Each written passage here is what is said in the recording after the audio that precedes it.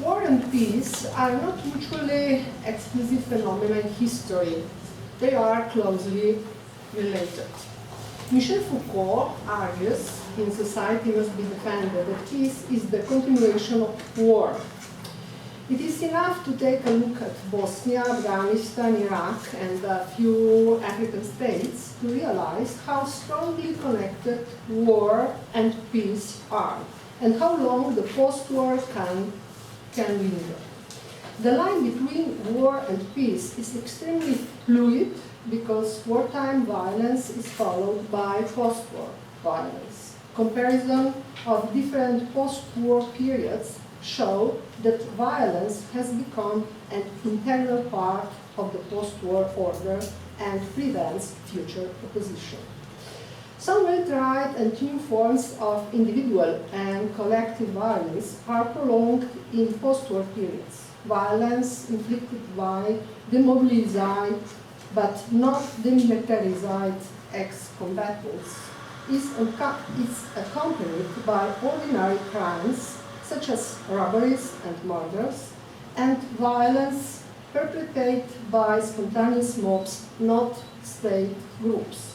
Post-war violence is often associated with a weak state, the collapse of the war economy, and large-scale unemployment that encourages violence. Extrajudicial violence could be practiced by security forces and associated with the state. Peace could be violent, therefore we speak about the peace in between. Astrid Schulke maintains that the question of defining post-war violence becomes a matter of analytical perspective and methodology. One approach is simply to define a certain time period as post-war. All violence within this period then becomes violence in the post-war state.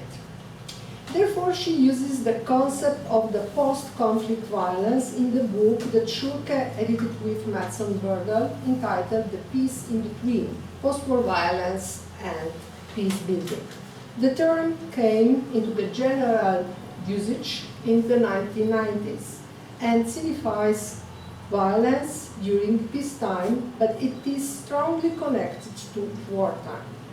Schulke and Berdal believe that there are significant gaps in the literature, most importantly arising from the common premise that there is one predominant type of the post-war situation.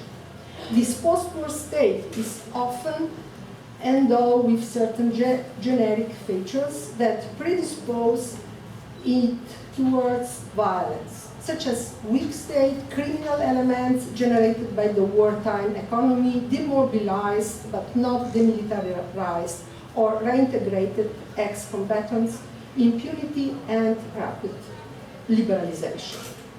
The war-to-peace transition is determined by the post-war environment that can encourage or prevent violence, depending on the military and political balance, on the international state and regional level, modes of establishment of a state governed by the rule of law and the balance of power among institutions, and finally, political culture.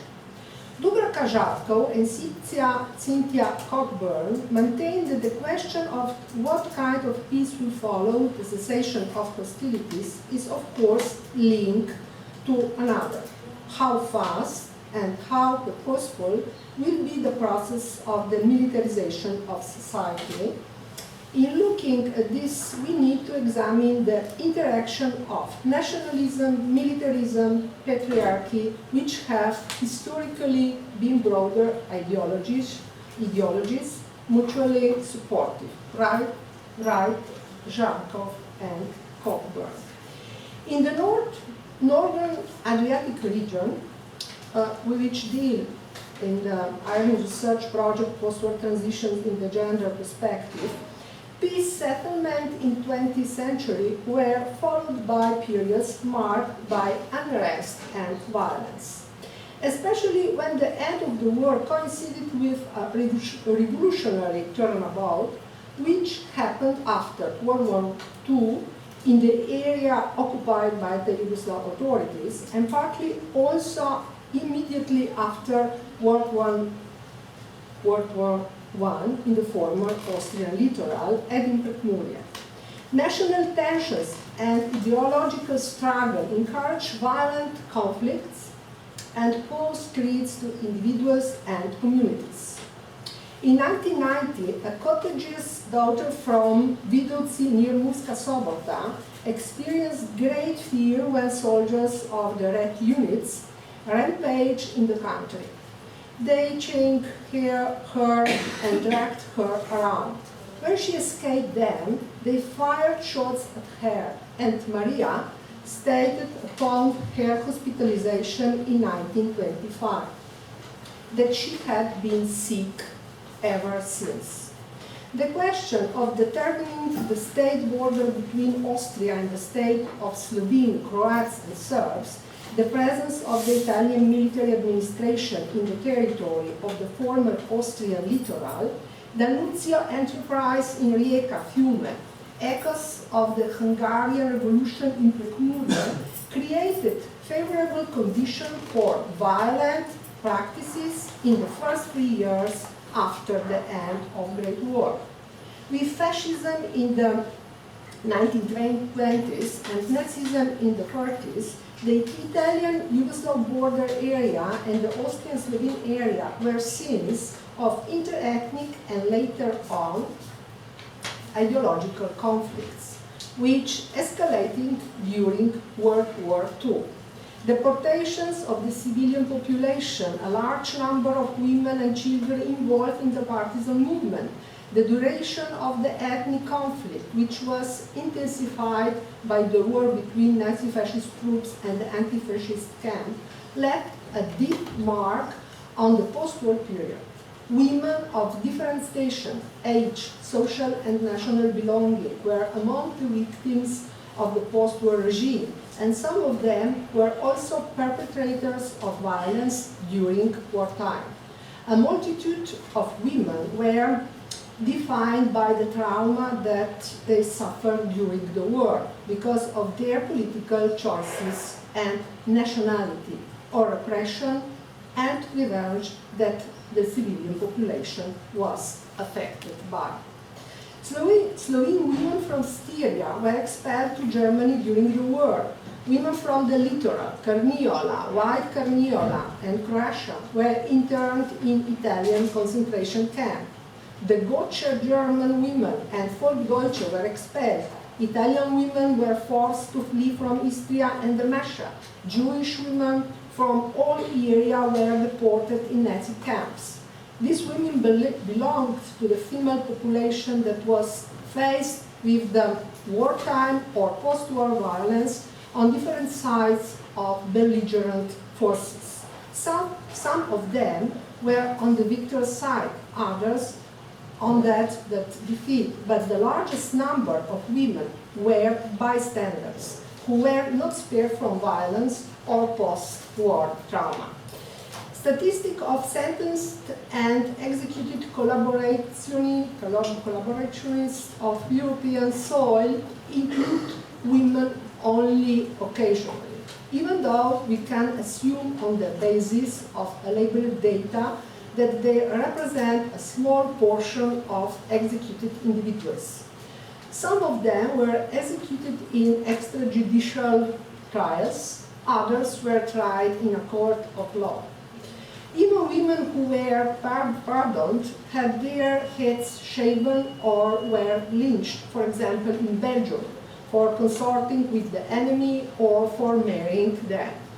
It is a fact that it was hard for women accused of horizontal collaboration both in Europe's West and East.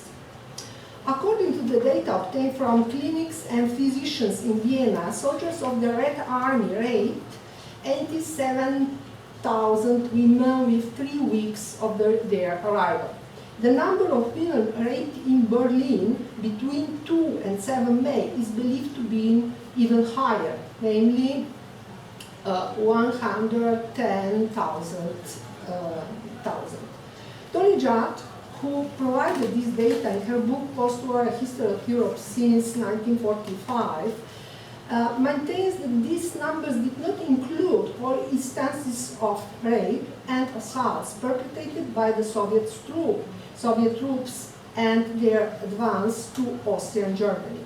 The worst rapes happened in the last days of the war, in the period marked by chaos, in areas where arms were just laid down, or in areas with poor control of the military. Between 115,000 and 200,000 Russian babies were born in the years 1945, 1946. Many raped women had abortions and many died because of abortion-related complications. Mass rapes were an expression of retribution and desire for dominance, which was manifested also by soldiers of the Allies troops, but also of the belief that victors had a right to engage in sexual intercourse with women, even if force had to be used.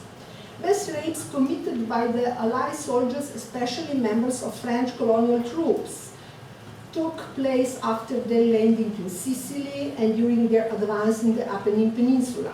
On 7 April 1942, Maria Maddalena Rossi, a member of the Italian Parliament, president of the Italian Women Movement organization UDI, spoke in the Chamber of Deputies about 16,000 rapes in the province of Frosinone. The majority of women did not report rapes to the authorities due to shame, and a small number of women were awarded damages, but only a handful of rapists were sentenced by the French military and judicial authorities. Women in Bavaria were victims of gang rapes perpetrated by the French colonial troops, who raped young girls and elderly women as well. In his book entitled Savage Continent, Europe in the Aftermath of World War II, Kate Love maintains that the widespread of rapes is a reflection of the cultural divide between the occupying troops and women belonging to the defeat nation, and that also the availability of documents related to rapes depends on the post-war authorities' political interests. In rapes of German and Austrian women were carefully documented. The post-war communist authorities in Hungary were not interested in gathering evidence of rapes committed by the Red Army. The situation in Italy was similar. In Italy, memory of mass rapes by the Allied soldiers was, as a rule, suppressed, which is also attested by a study carried out by Gabriella Gribaldi, who gathered oral testimonies in the 90s. After World War I, Italian authorities also documented rapes and violence perpetrated by the German troops in Veneto and Friuli. A much smaller number of documents is available for areas that were administered by the new Yugoslav state. Therefore, the testimony of the almost analphabet Vincenzo Rabito, who was born in Chiaramonte Gulfi, Sicily, in 1899, is all at the more valuable. He fought on the Piave River as an 18-year-old soldier. His autobiography, which won the Premio Pieve Santo Stefano in 2000, is kept by the Dario Diaristico Nazionale di Piero Santo Stefano. He describes in it how he landed in Trieste on 8 November 1918, and that in the city surrounding there were many people who wanted to be Italian, and even more people wanted to be Austrian.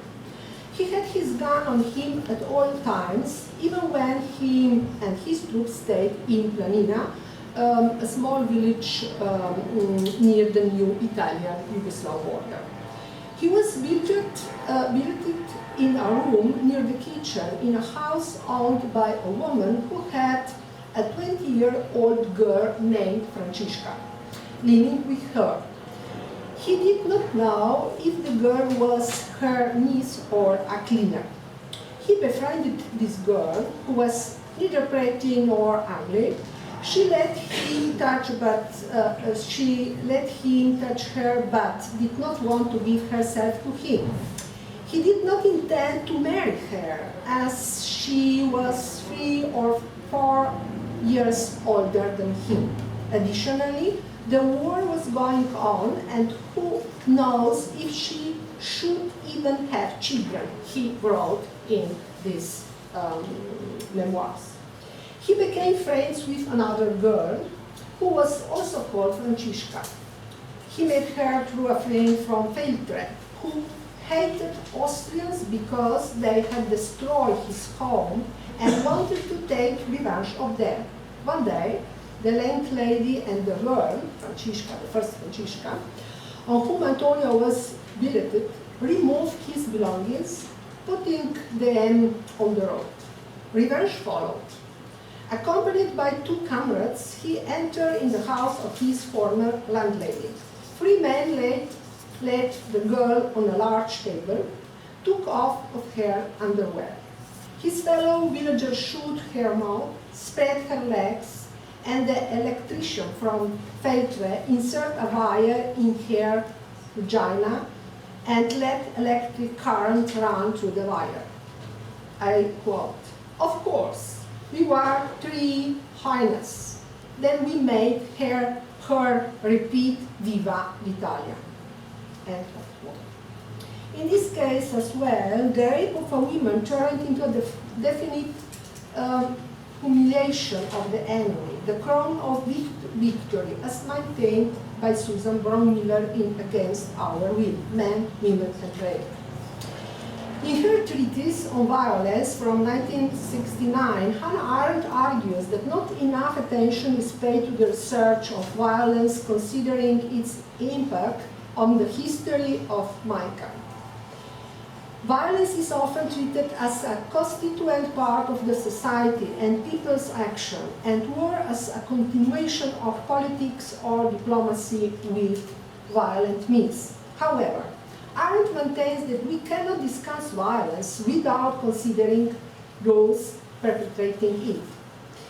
Violence is an instrument only requires someone to make it happen and determine its target. Vincenzo Rabito and his 2 comrades took revenge on a headstrong girl and on the population that was not too fond of the Italian army. Even though the girl reported the perpetrators, they were not punished by their superiors because the girl was considered to be a rebel. After World War I and II, victors consolidated their power by means of peacetime order and put on end to wartime violence, but used violence themselves. Settling scores with external and internal enemies was not the prerogative of revolutionary forces alone. The struggle for the border between Italy and Yugoslavia from May 1945 to 1944 resulted in various kinds of violent conflicts. Italian Yugoslav supporters, proponents of different political national formations striving for primacy in the border area engaged in conflicts. After May 1945, violent conflicts occurred in the area under Anglo-American authority and in the area under the Yugoslav military administration. They were a lever for migrations that did not happen only according to a national key. Some conflicts and operations were marked by players' national belonging, others by their ideology. In the struggle for the integration of an area into the Western or Eastern political bloc, everybody involved in the struggle for the border used diplomatic, illegal, bloody, and other means. Bruna Bianchi, who is our keynote speaker today, maintains in her book Crimini di guerra contro l'umanità that rape and sexual slavery of women were very common during the Great War. Rapes of women committed by individuals and groups occurred especially at the beginning of the conflict in France, Belgium, and on the Balkan front.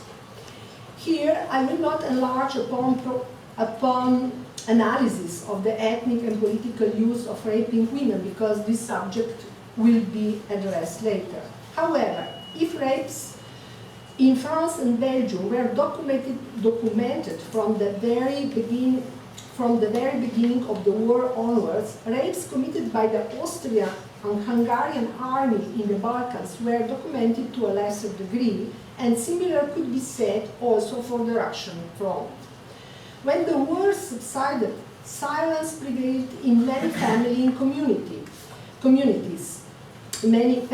and communities. Women in the territory of Serbia, where mass rapes were committed by the Bulgarian occupying troops, women had weak nerves.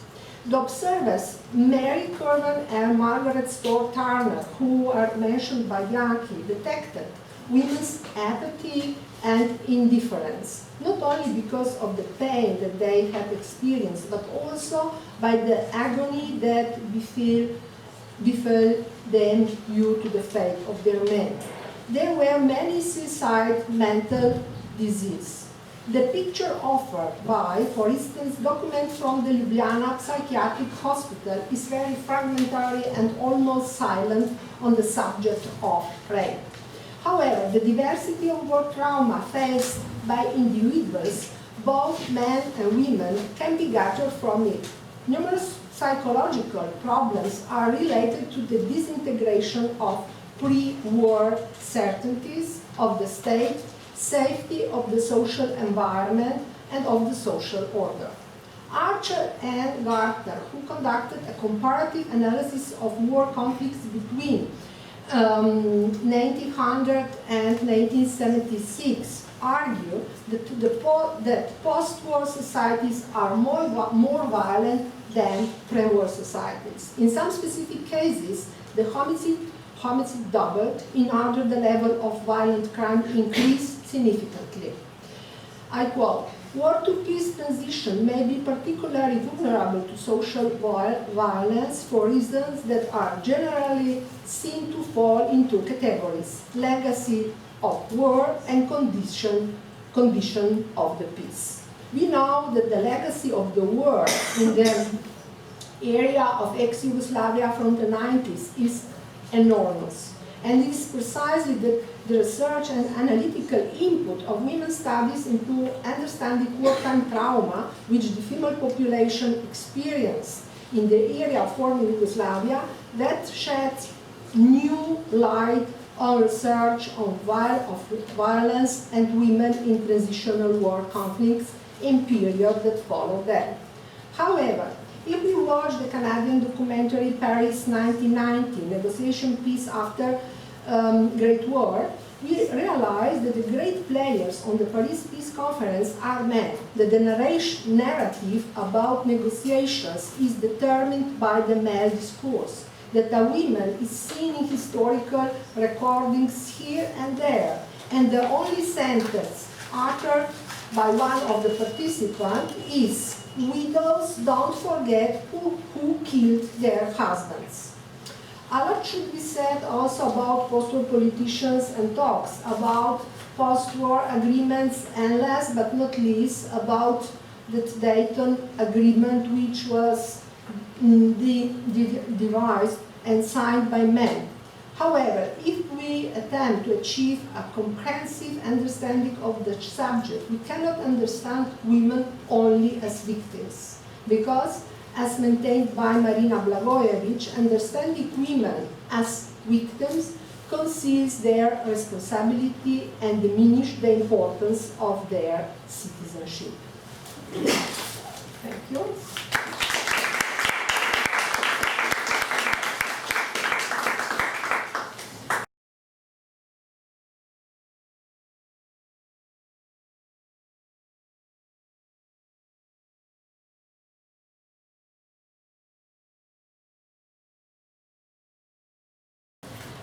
Thank you very much for inviting me, and thank you very much, Marta, for your presentation.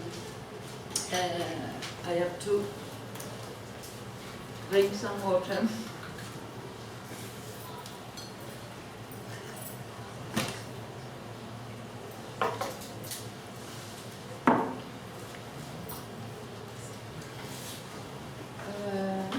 Women and children accounted for the majority of the victims of World War I, a war that deliberately struck civilians through killing, bombing, starvation, and expulsion.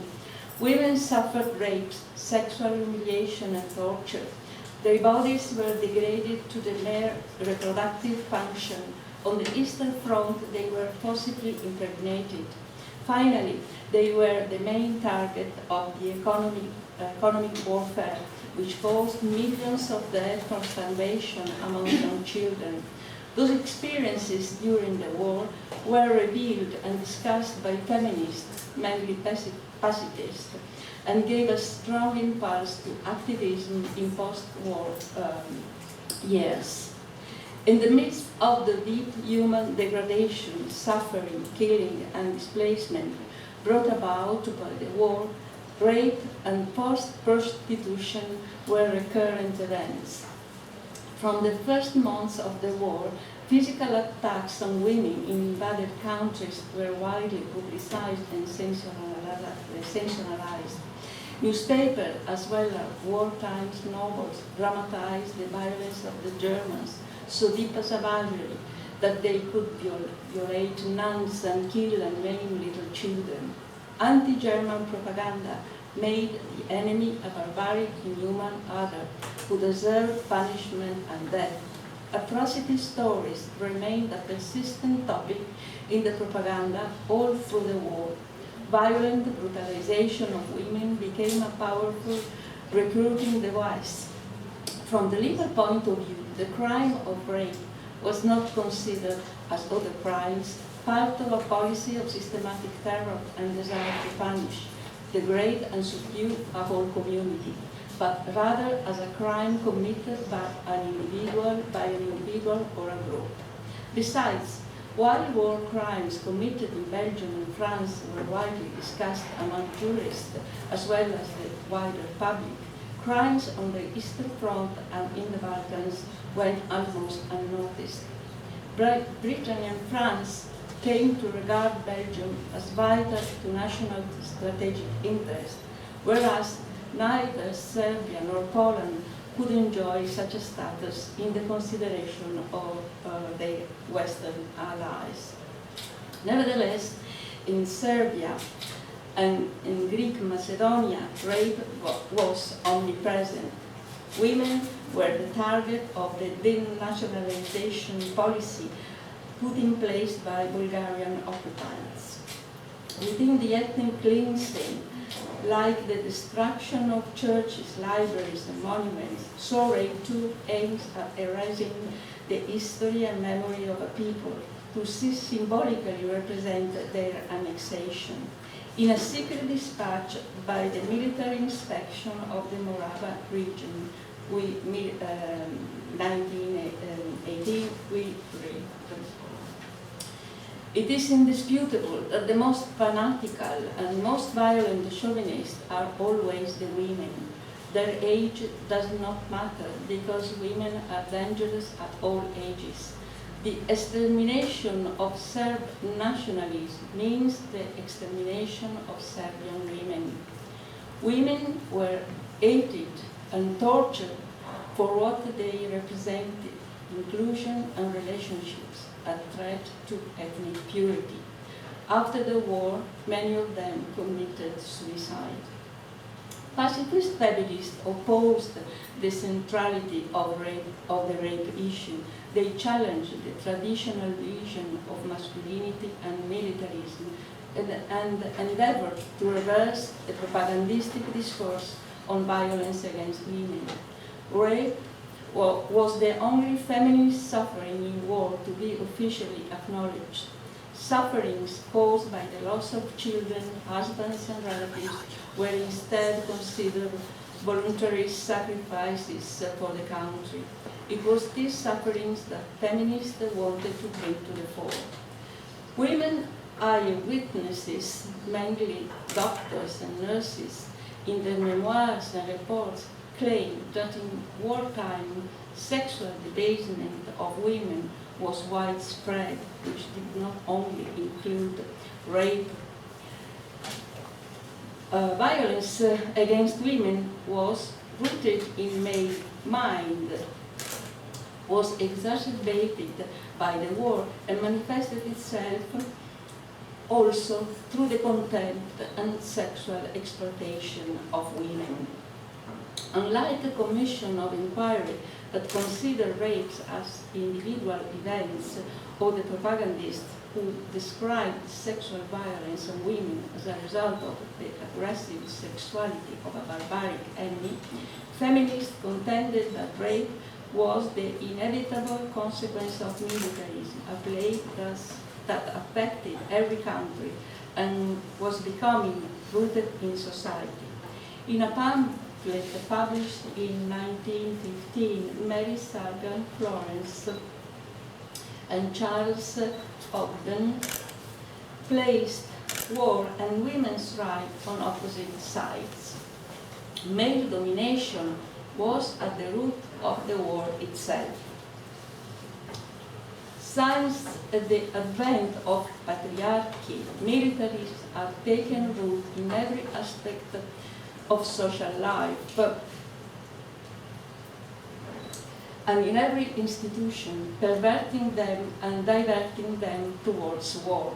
No wonder if women and children have become the privileged targets of armed conflicts. Nevertheless, concern about exacerbating the spiral of hatred generated by propaganda, the women who convened at the International Congress of The Hague in 1915 avoided the theme of the atrocities. On the rape issues, the Congress approved a general resolution without any reference to the action to be taken whatsoever. They expressed their protest without pressing the issue. This International Congress of Women vehemently protests against the odious wrongs of which women are the victims in time of war, and especially against the horrible violation of women which attends all war. Sexual violence was a product of war, of all wars, as Jane Addams, who presided over the Congress, declared in an interview to a journalist in April 1915, war was a remnant of the past. Many pacifists and feminists did not realize the role that mass rape in the First World War took in genocide of the Armenians, in the policy of denationalization in Serbia, and in anti-Semitic persecution in Russia. They ignored most of what had been happening in the Eastern Front. Rape was not even discussed in 1919 Congress in Zurich. In the resolution voted by the Congress and presented at the Paris Peace Conference, the delegates claimed the essential need to end the naval blockade, and that was braving thousands of victims amongst women and children in Central and Eastern Europe. It was the outrage over the blockade by the women, by the Allied powers, considered a war crime and a profound disgrace towards civilization, for which they felt a particular moral responsibility. The issue of rape as a crime against women and as a war crime was set aside as a part of the feminist struggle against war itself. Nevertheless, several French women's societies were convinced that rape issue should be explicitly dealt with at the Paris Conference. To avoid the risk that rape in wartime should become an accepted practice, the question had to be addressed at the level of international law.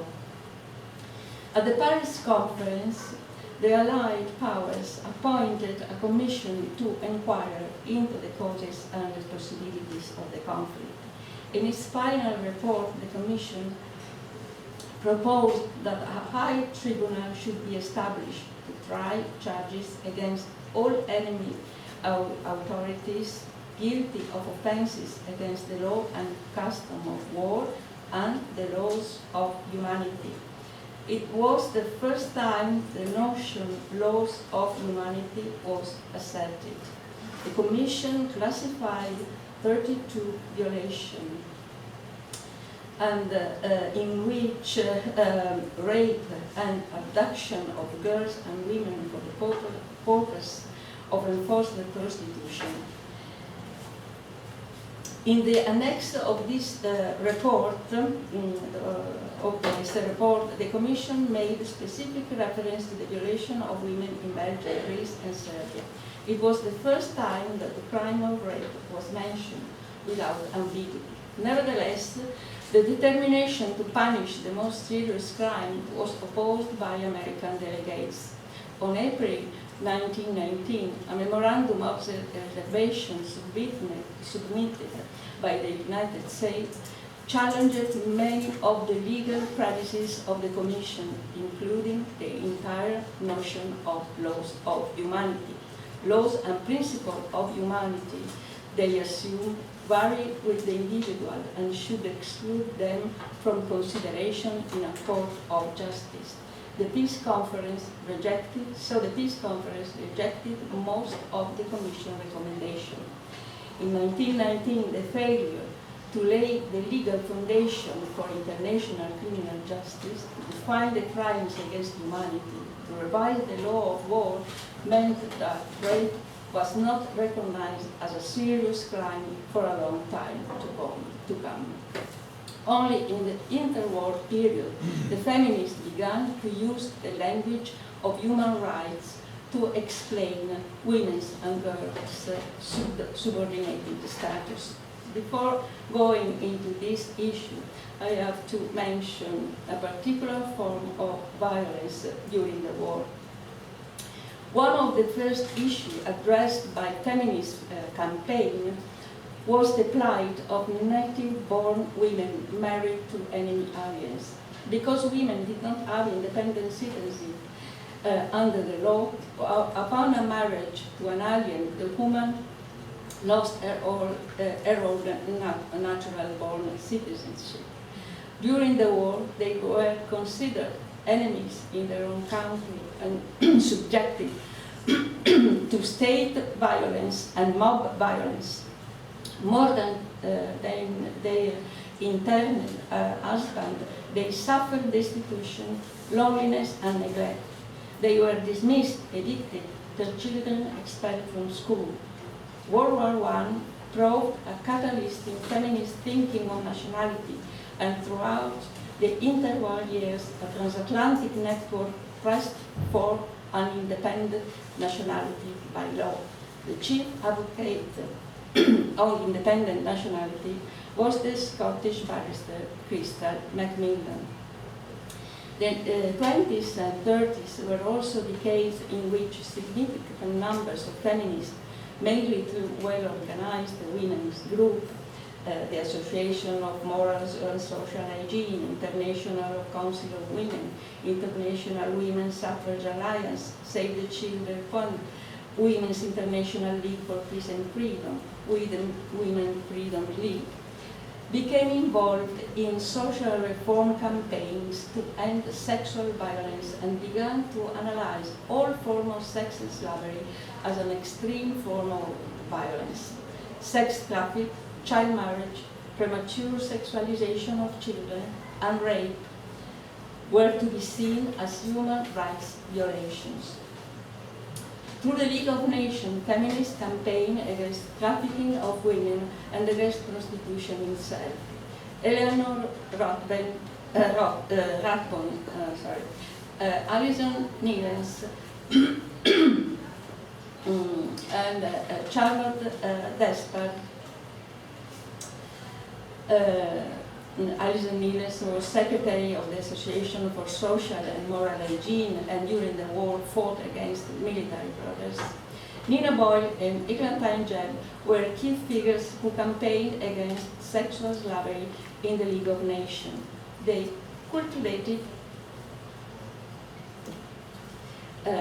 cultivated strong transnational ties with other feminists through their participation in international organizations and their personal relationship and friendship networks.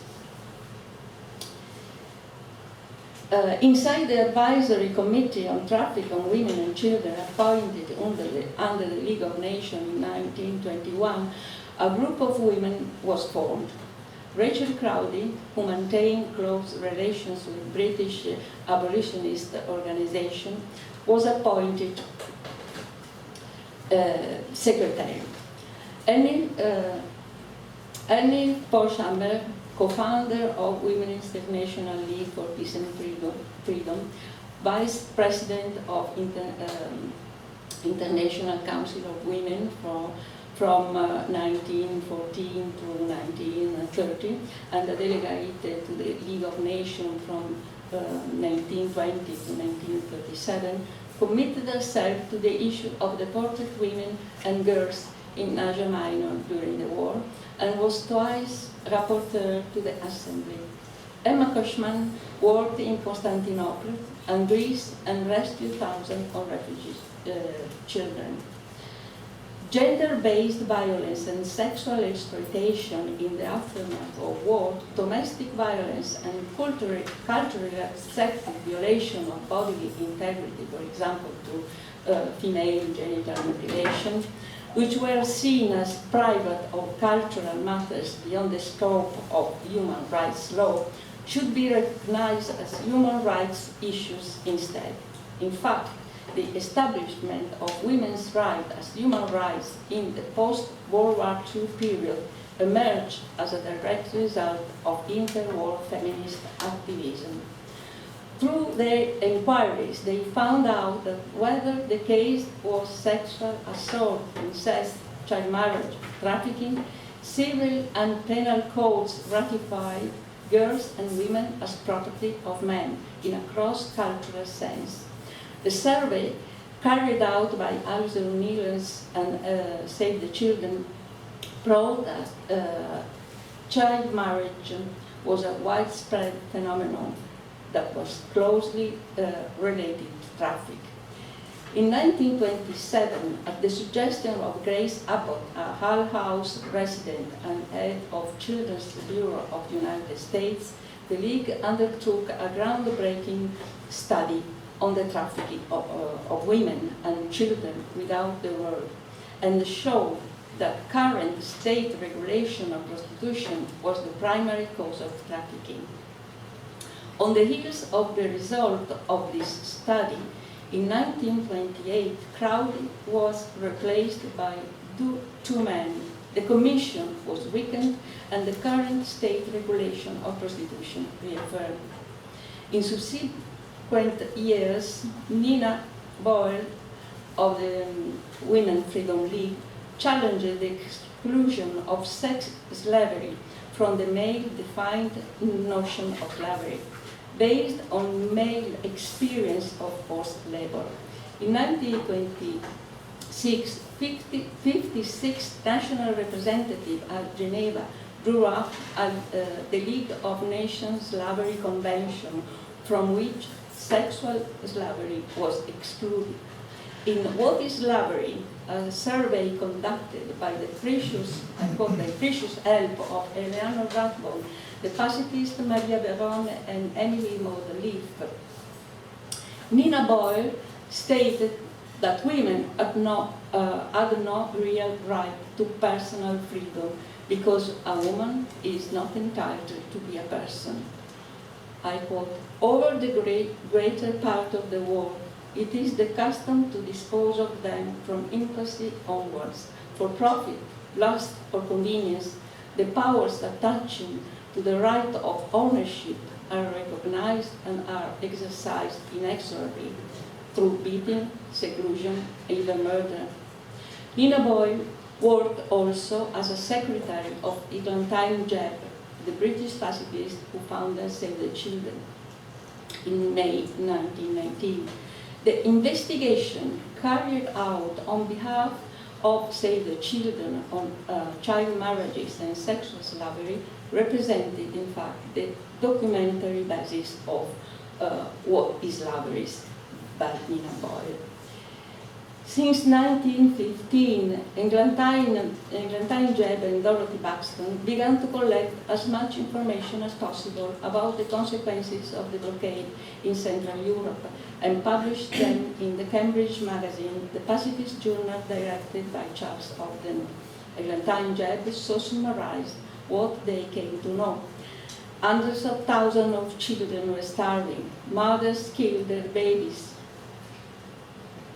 whom they could not feed. Parents sent their children to the hospital, but in the hospitals they were simply placed in rows to die.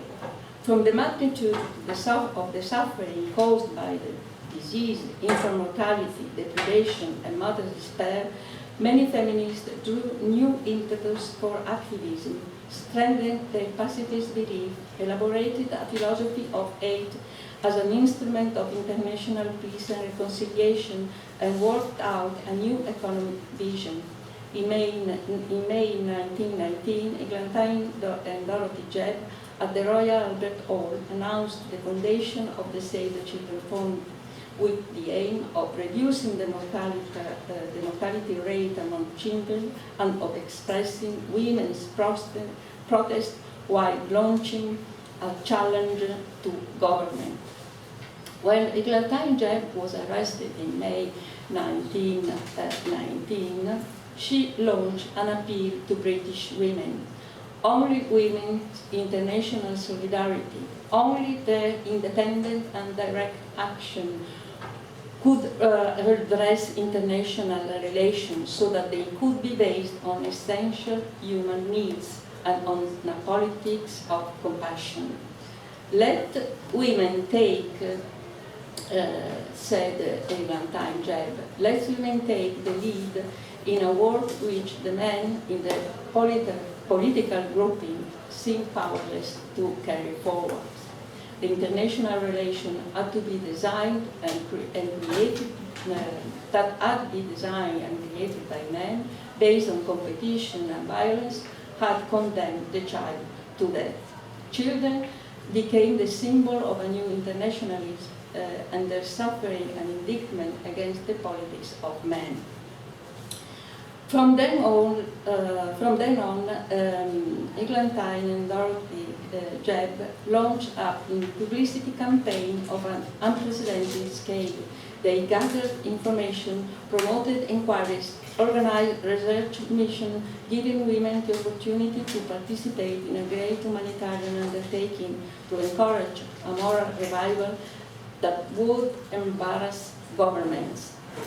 Among those who offered their services to the organization, helped with the management of orphanages and refugee camps, dealt with propaganda, investigated child and women conditions in various countries around the world, and drafted reports, many were pacifists and suffragists.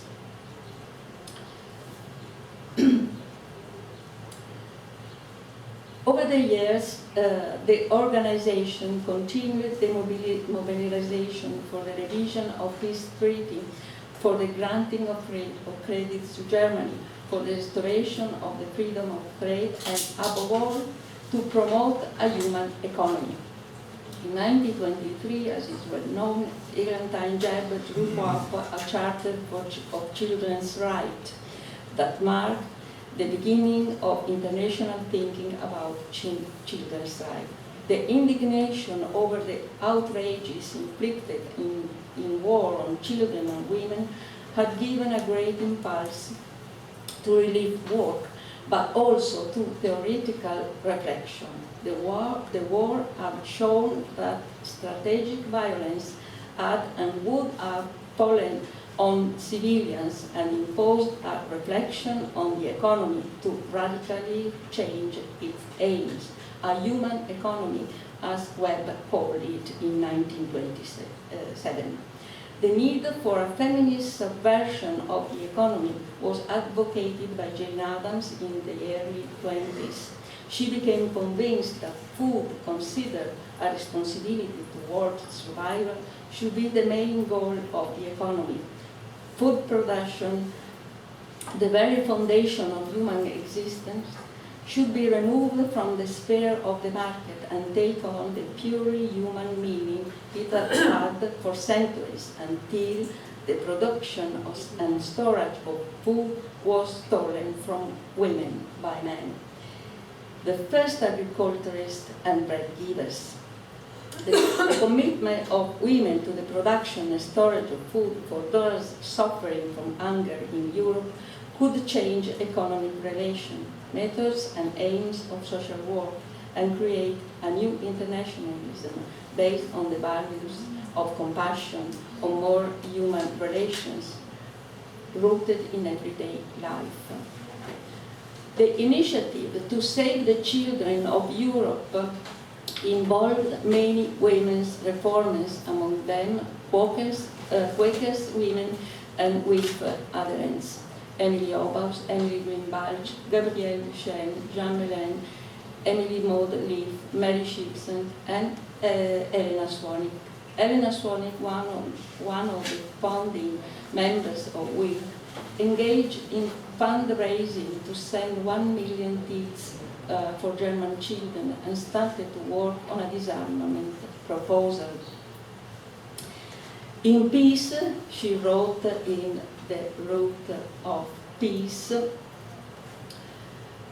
in 1937, men have the power to determine the condition under which women's work should be done, in work to determine whether women and their children should live or die. It was time to redress the balance. Now that men, I quote, now that men have devised means wherewith to destroy humanity itself. The military strategy was inexorably oriented toward methods of war intended to spread terror among civilians and strike them indiscriminately. In the next war, this task would be entrusted to aviation, a weapon that no agreement would be able to control or limit. In fact, in the years between the wars, while the destructive powers of the weapons did not cease to increase, no single rule to protect civilians was introduced in the laws of war. The awareness that the next war would hit women and children even harder led Swanwick to draw a project of disarmament in 1934 that envisaged the abolition of military aviation. She proposed to put the civilian aviation under international control and aviation for war service. The booklet entitled Frankenstein and His Monster was published in London by the Women's International League for Peace and Freedom. Late in her life, she was constantly plagued by the anxiety about another world war that would lead to the collapse of civilization. These are the final words in her autobiography. When I talk with the little brown-eyed or fair-eyed children who hung about my garden and want to know the why of everything, I am glad that they have never asked me, why do those airplanes fly over like that? For I could not bring myself to tell them that they are practicing so what they may be able to drop bombs on little children in other countries. I'm haunted by visions of what I might see in this little lane alone during the next war, of which people talk so lightly.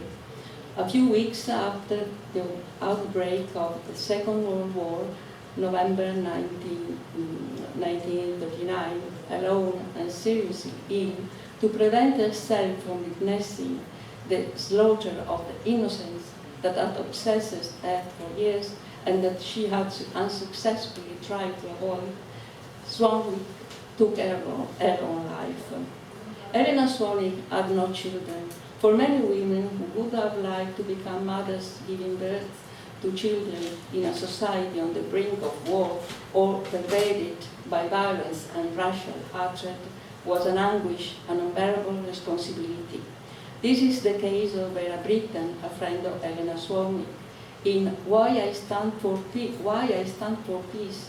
in 1937, she wrote, "I begin to question the right of myself or any other woman to create human beings who may be exposed to suffering even more dreadful than I witnessed it 2 decades ago." In 1944, Britain published Seeds of Chaos, a book in which she provided eyewitness reports of bombing's effect on women and children. The refusal of motherhood was a form of protest frequently envisaged by feminists during and after the war. During the Great War, concerns over demographic decline in all countries involved in the conflict led to a widespread legislation and propaganda aimed at increasing births. Repressive measures, which in Germany Karl Liebknecht called the protection of the bayonets in the womb, punished contraceptives and abortion more severely. Motherhood was presented as the active service of women. In pamphlet, articles, theatrical and literary works, the feminists expressed the dilemmas of maternal responsibility towards the newborn and their anger towards one of the most severe forms of violence against women. To strongly affirm the principle of reproductive freedom, in 1916, Margaret Sanger opened in New York the first family planning clinic. She was arrested with her sister. In 1917, Sanger joined the American Union Against Militarism and founded the Birth Control Review. In the first issue, in the article, now, of course, there was a decimation of soldiers, so they needed births and babies. There was Catholicism there, of course, and I'm pretty sure this was all embedded in those discourses. But also I was wondering, what's your take on that French women only got the vote, the franchise, after another world war, and German women have gotten the vote. And one aspect of the women's suffrage movement was always, we need to reform society, and this is why we mothers need to have the vote. This is also the interesting dialectic, and later on with women refusing to be mothers. And this was a political tool as well. But I was just wondering about your ideas about how much the political instrument of the franchise in a way factored into these different takes on Germany and France when it comes to educating women on contraception and so on and so forth. Sì, tutto questo è vero. Dunque io lo vedo da quello che ho visto, mi pare che il tema del voto, quindi come strumento per ottenere diritti, e tra questi diritti anche il diritto a una maternità consapevole, mi sembra che sia limitato a alcune autrici, soprattutto Nelly Roussel, Marianne Rose in particolare e naturalmente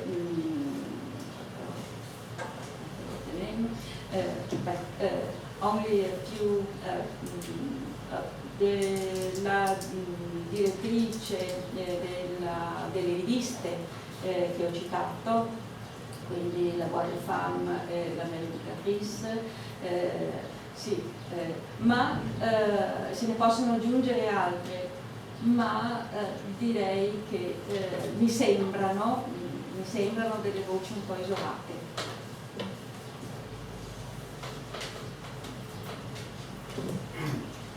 I totally agree with you. I think that in the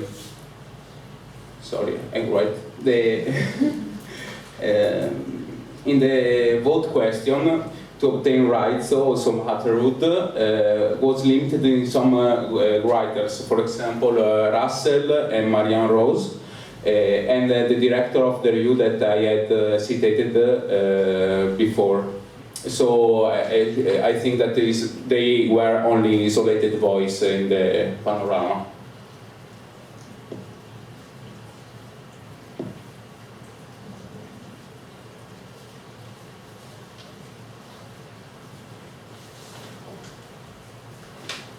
Si radicalizzano, parlano molto della la grande banque, ma mi sembra perché sono isolate.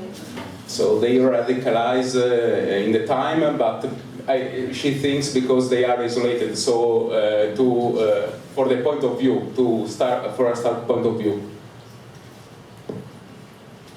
Anna? Yes, in Soviet Union, the abortion was legalized in 1922. How did the feminists in Anglo-Saxon countries reflected on this fact? Sì, dunque, mi sono dimenticata il nome della femminista di cui volevo parlarvi, che è famosissima, scusate, che dopo la rivoluzione russa si reca clandestinamente in Russia. Emma Goldman? Come? Emma Goldman? No, è francese. Mi vergogno un po', ma diciamo attribuitelo, non so. Si reca clandestinamente in Russia perché è entusiasta o ha sentito delle grandi conquiste delle donne russe e quindi voleva vedere di persona. Aiutatemi, è quella femminista che muore, che era anche laureata in medicina, praticava gli aborti, è stata condannata ed è morta in ospedale psichiatrico. E lei si reca clandestinamente e invece si rende conto che queste grandi conquiste in realtà pesano, non hanno cambiato nulla del rapporto tra uomo e donna. Lei, non so, cita il tema del divorzio, no? La facilità di avere il divorzio per lettera, che poteva essere semplicemente comunicato da uno dei due coniugi, e questo poi si è rivelato in una forma di abbandono. Questa grande conquista del divorzio si è rivelata una forma di abbandono. Ho letto qui e lì dei riferimenti, però dei riferimenti alla situazione russa negli anni 20, inizio degli anni 30, come delle conquiste per quanto riguarda l'aborto a cui fa riferimento. Riassumo? No, ci sono. So, now I don't remember the name of this woman. She was a French feminist, medical, and she was recovered in a psychiatric structure after, in the end of her life. She went to Russia, and because she was enthusiastic about the new rights of the women and the revolution. But when she arrived, she understood that this new situation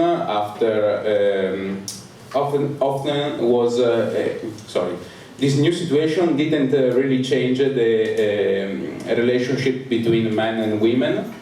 And for example, the divorce by letter was a form of abandon, but she wrote also about the abortion and the new law in Russia.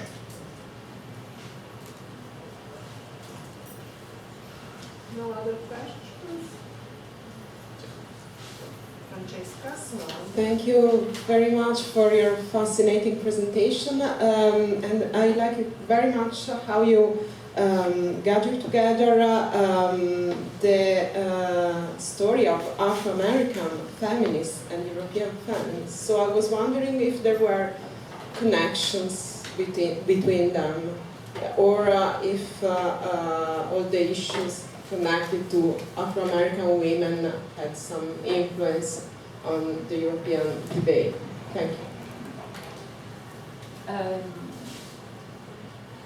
Nel dibattito europeo non l'ho visto presente il problema delle donne afroamericane, anche negli Stati Uniti la posizione delle donne afroamericane nelle organizzazioni di donne bianche, anche pacifiste come la Women's National League for Peace and Freedom, è stata molto difficile.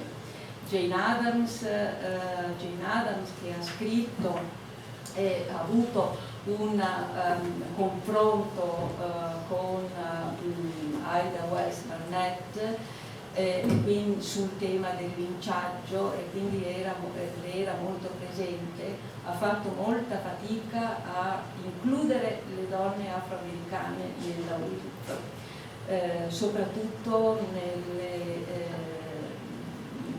nelle zone non urbane. Questo posso dire. E ad esempio 1913, posso? Sta facendo Francesca. 1913 la grande manifestazione per il suffragio, e le donne afroamericane sono state escluse, e Ida West Barnett, la giornalista che ha scritto tutta la vita sui linciaggi, ha dovuto praticamente imporsi, ha marciato con le altre donne perché le leader del movimento per il suffragio avevano avanzato l'obiezione che la presenza delle afroamericane nel corteo avrebbe compromesso l'adesione alla campagna suffragista delle donne del sud. Io non so moltissimo, però tutto questo mi dice che Angelina Rinke, quando rabbiosamente dice le donne bianche sono il nostro peggiore ostacolo, qualche ragione ce l'aveva.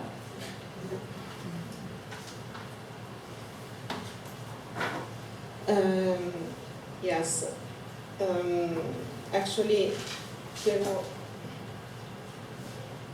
yes. Actually, there was not a big influence. She hasn't seen a big influence of Afro-American issues on the European debate. And usually Afro-American women were not participating in a feminist organization. Jane Addams discussed this issue with Ida Barnett. Okay.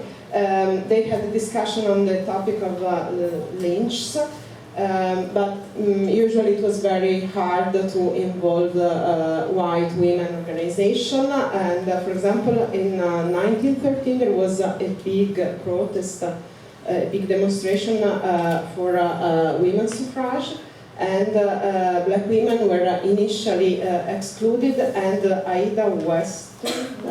I'm sorry, I didn't get her surname. Ida Wells had to fight with the other women activists because they were against including black women in their organization and in that demonstration. And also other Afro-American women activists, they maintained that white women were the bigger obstacle in their path toward emancipation.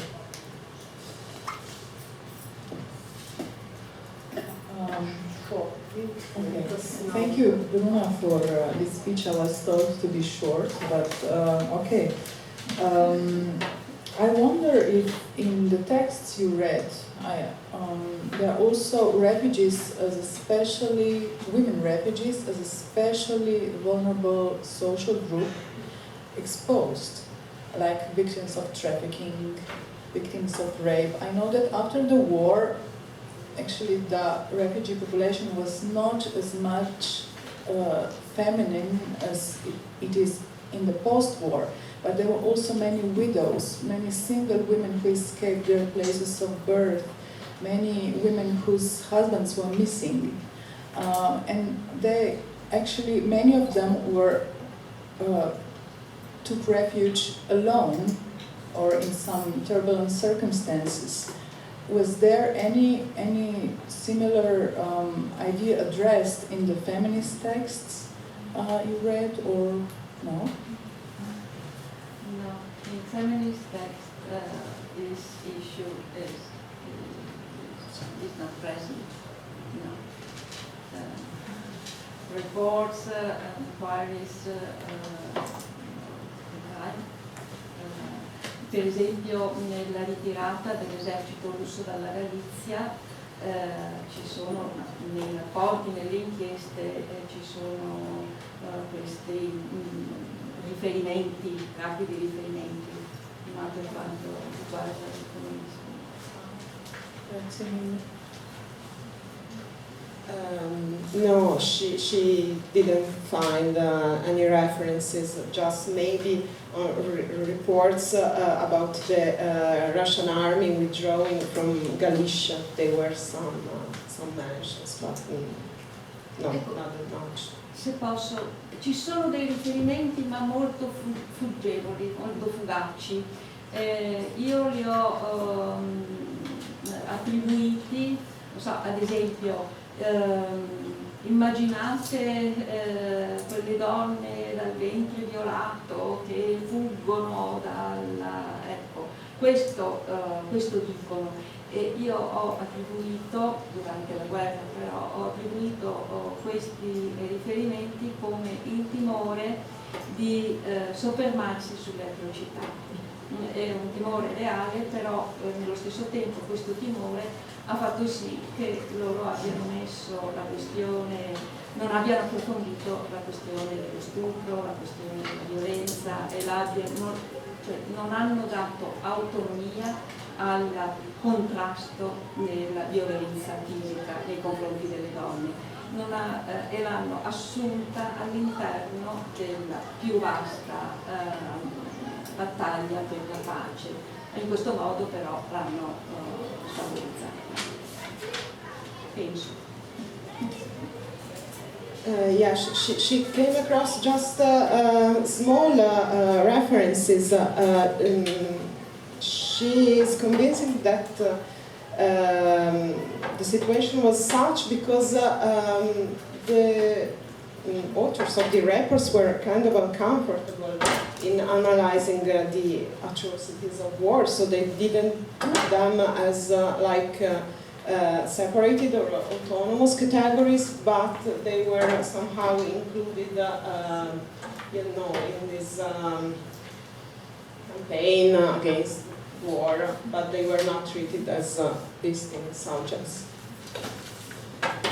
Thank you, Francesca. Thank you, Matteo, for translations. And still one, thank you, Bruna, for this perfect keynote speech. And now we have a time for coffee break.